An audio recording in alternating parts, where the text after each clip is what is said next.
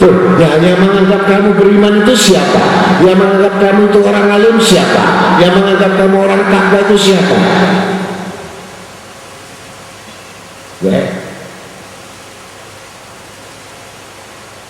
Kalimat ini termasuk dalam satu ayat fawailul musallin alladzina an salatihim sahun, dalam kelalaian.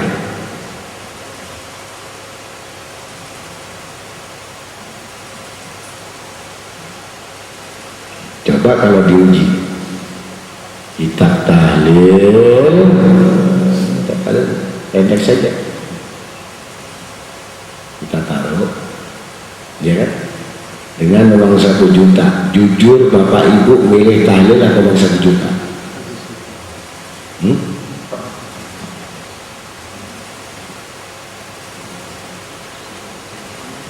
Nah, kalau udah tingkatan yang demikian ini, sudah jangan bahas ilmu. Jangan. Kenapa tidak membahas ilmu? Karena bahas ilmu tidak bicara uang. Kalau udah bicara membahas uang, berarti bicara amal. Selesai.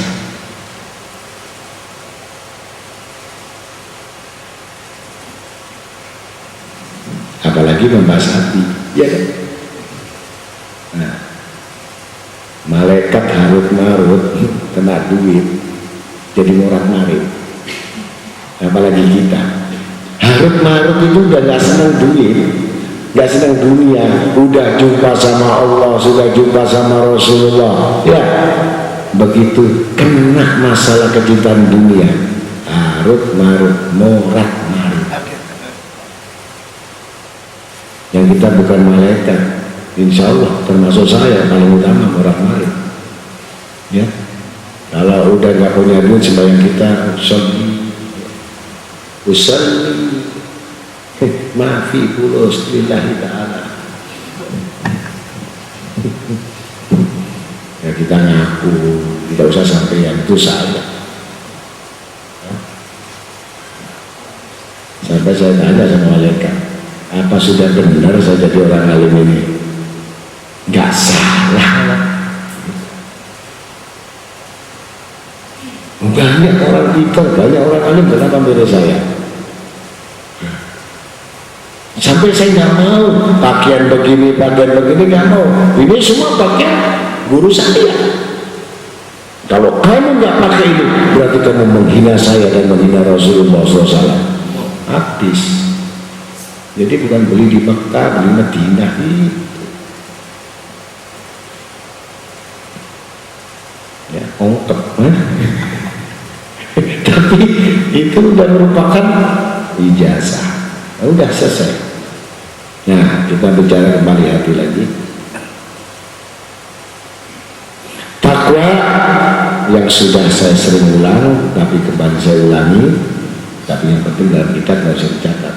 Menurut dalam Syahrul Iman dan Al-Haddad dan Tafsirah Rajibnya, takwa dalam arti makna dalam ilmu, tak ini adalah takwa, takut, qanaah. Tahu qanaah? Enggak pernah protes, dapat rezeki sedikit, alhamdulillah. Dapat rezeki besar, agak keras, alhamdulillah. Baru sudah. Yang ketiga, qanaah. Takwa qanaah sudah. Wow, wara, artinya hati-hati. Ini duit benar apa enggak? Tinggalkanlah perkara yang ragu-ragu, subhan, walaupun halal. Ini jangan-jangan makannya ada minyaknya babi, ragu-ragu. Kamu makan haram, walaupun halal, kamu ragu-ragu haram. Karena subhan ini menjerumuskan hal ini warak. Ya, jangan ditinggalkan oleh mana yang mau tak kampanye, nah ini tidak boleh. Kalau sudah dilepas ya sudah, jangan diingat.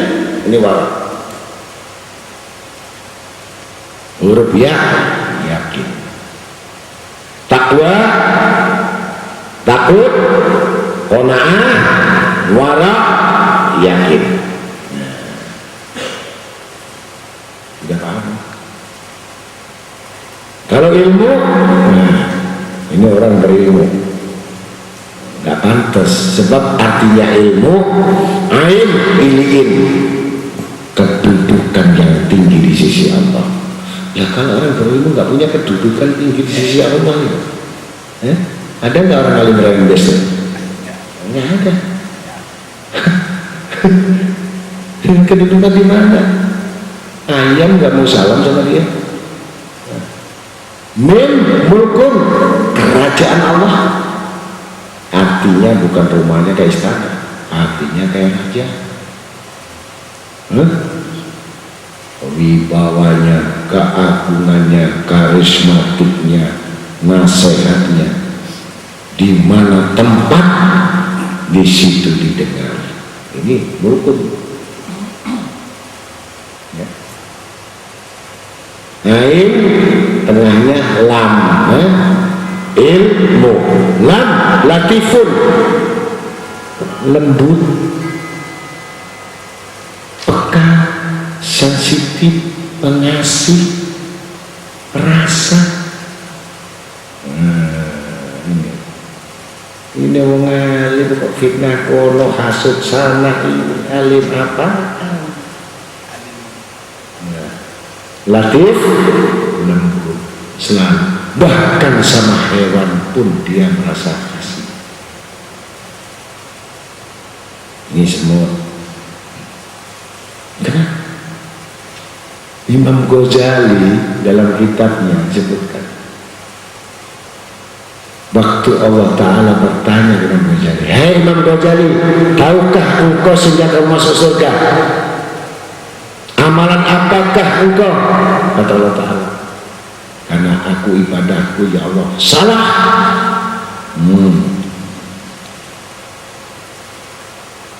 Karena takwaku ya Allah salah. Karena puasaku salah. Karena hajiku salah. Karena sedekahku salah. Kalau begitu yang terakhir, karena ilmuku ya Allah, karena aku menulis kitab salah. Udah habis, salah semua. Ini Imam Ghazali. Kamu masuk surga karena kamu sifat ismul latif. Kamu punya kelembutan, hati yang lembut. Saat kau menulis dengan tinta, ada lalat itu untuk mengambil, makan, minum tintamu. Kemudian kau berikan kesempatan tinta itu untuk minum kepada lalat yang tidak berguna. Itulah amal seluruh ibadahmu kalah sama lalat. Bingung lagi kalau ukuran ini kan. Kalau sudah bicara kelembutan, bagaimana lalat bisa menyelamatkan dari ilmu yang dikarangnya, dari ibadahnya, puasanya tidak kalah?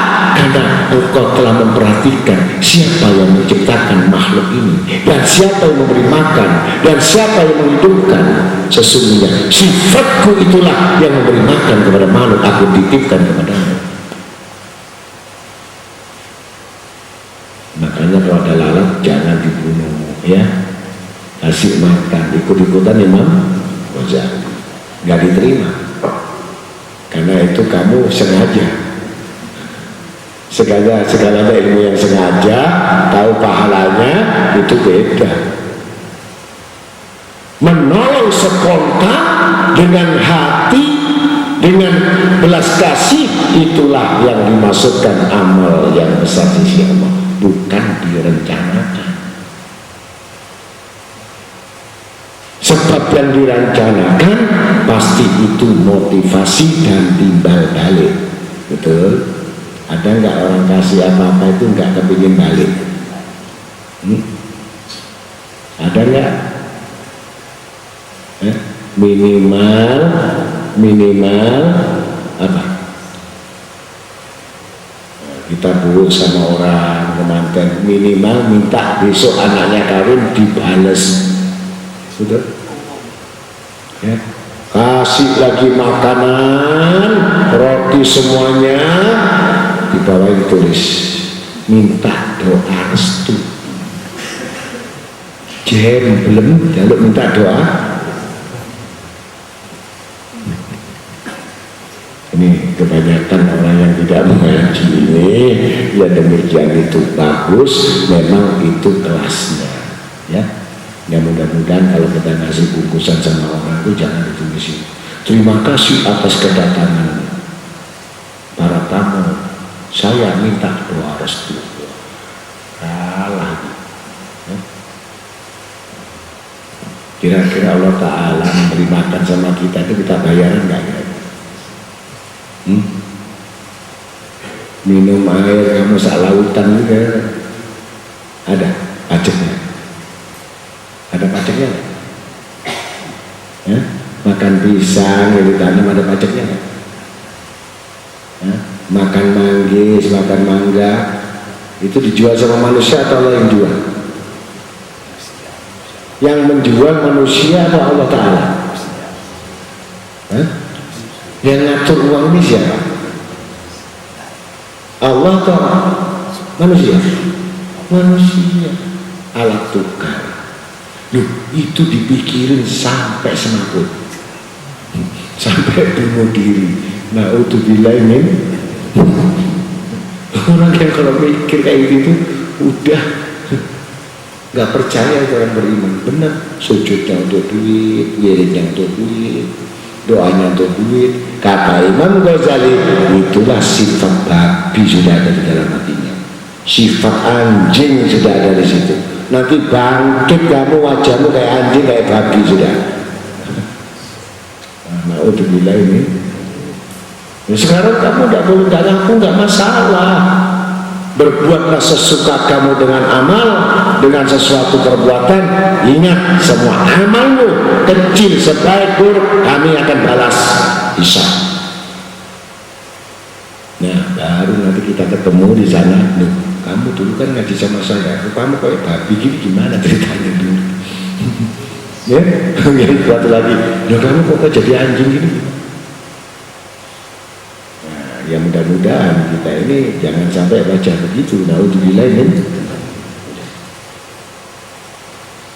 Nah, itu artinya orang-orang yang tidak mengetahui alam malakut itu adalah disebut orang alimul gaib, ya. Jadi orang yang sudah dapatkan ilmu Allah Ta'ala tidak terhalang lagi. Langit 1, 2, 3, 4, 5, 6, 7 nggak ada halangan, nggak ada.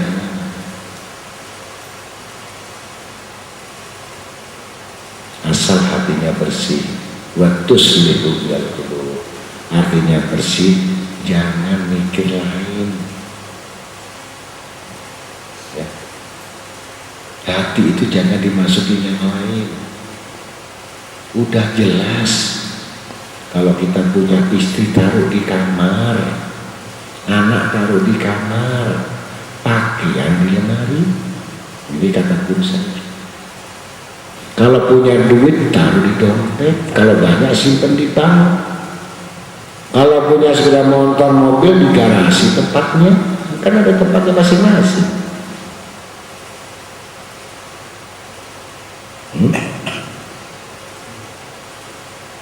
Pakaian gimana? Kalau punya ayam, punya binatang taruh di kandang. Jangan dimasukin hati semua. Anak masuk hati, istri masuk hati, usaha masuk hati.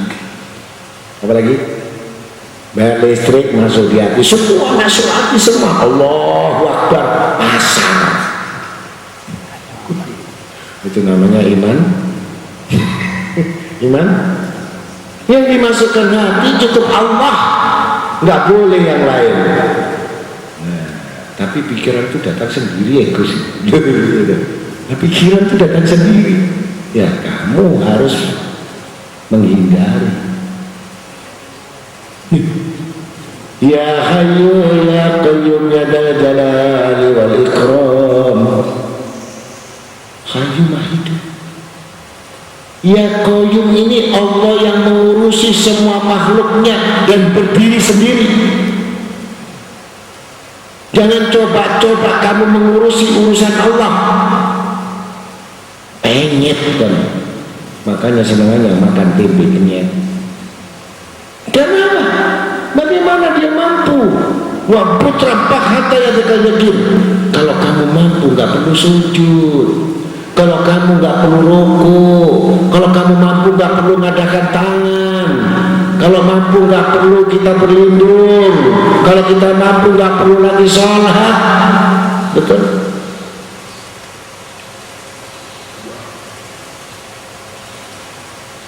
Ini kesalahannya masuk. Ya kalau umur kita bisa kita temui. Sekali lagi saya nasihat, termasuk saya sendiri, kita satu hari itu 24 jam, kita tinggalkan dan kita mati itu 8 jam sudah lewat, tidak berguna, ngorok. 8 jam kita udah bisnis usaha, udah banyak kelalaian dan kelupaan, belum urus anak, belum urus suami, belum urus makanan, belum urus kerjaan, dalam kelalaian. Tinggal 8 jam umur kita. 8 jam yang harus untuk akhirat. Sembahyang kita 5 menit, 10 menit, itu pun masih dikontrol.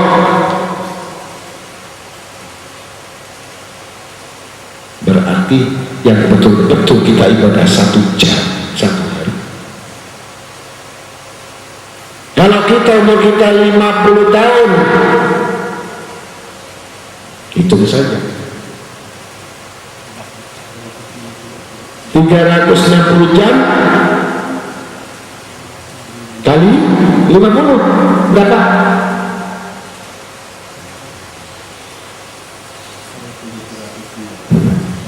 Jadi yang namanya hidup kita cuma 10 tahun, yang benar-benar hidup. Loh, minta surga lagi. Yang 40 tahun ini kamu kemana?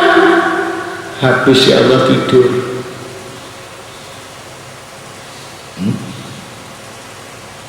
Ya mudah-mudahan itu peringatan bagi kita, termasuk saya sendiri. Kenapa orang alim, para wali-wali itu nggak tidur? Kata Syekh Abu Bakar bin Salim Fakhrul Wujud dalam kitab Futuhat Wilayahnya, andai kata kami sekejap tertidur dan lupa kepada Allah, lebih baik Allah meletakkan aku di neraka jahanam. Itu lebih utama dan pantas. Satu kejap. Kalau kita sekejap lupa Allah, dia minta dimasukkan neraka jahanam. Kalau kita kalau bisa tidur ya 12 jam, 14 jam, apalagi full AC.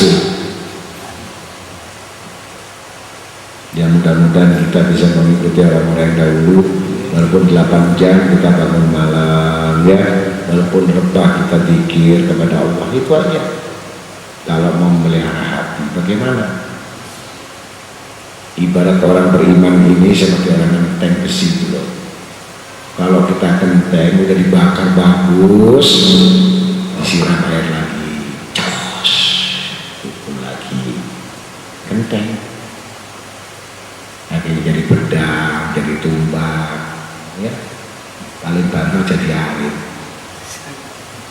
Tapi kalau dicor bakar total, lebur, pabrik baja, cahayanya enak. Saya termasuk di adonan cetak, minimal jadi apa, kalkulatornya Mercy kecil aja, harganya 6 juta. Warit linggis gede rekodnya 1 juta kakek kentengan. Jadi orang dikir nanggo. Jadi kalau kita dikir 2 jam, begitu buat tidur kembali lagi mentah lagi. Maka kalau sholat ucapkanlah selamat tinggal sama keluarga. Berani nggak kira-kira? Waktu sholat ucapkan selamat tinggal, hai anak istriku, aku menghadap Tuhan. Enak.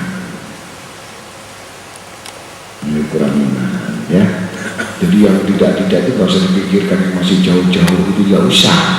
Jadi pikirin yang sekarang ini.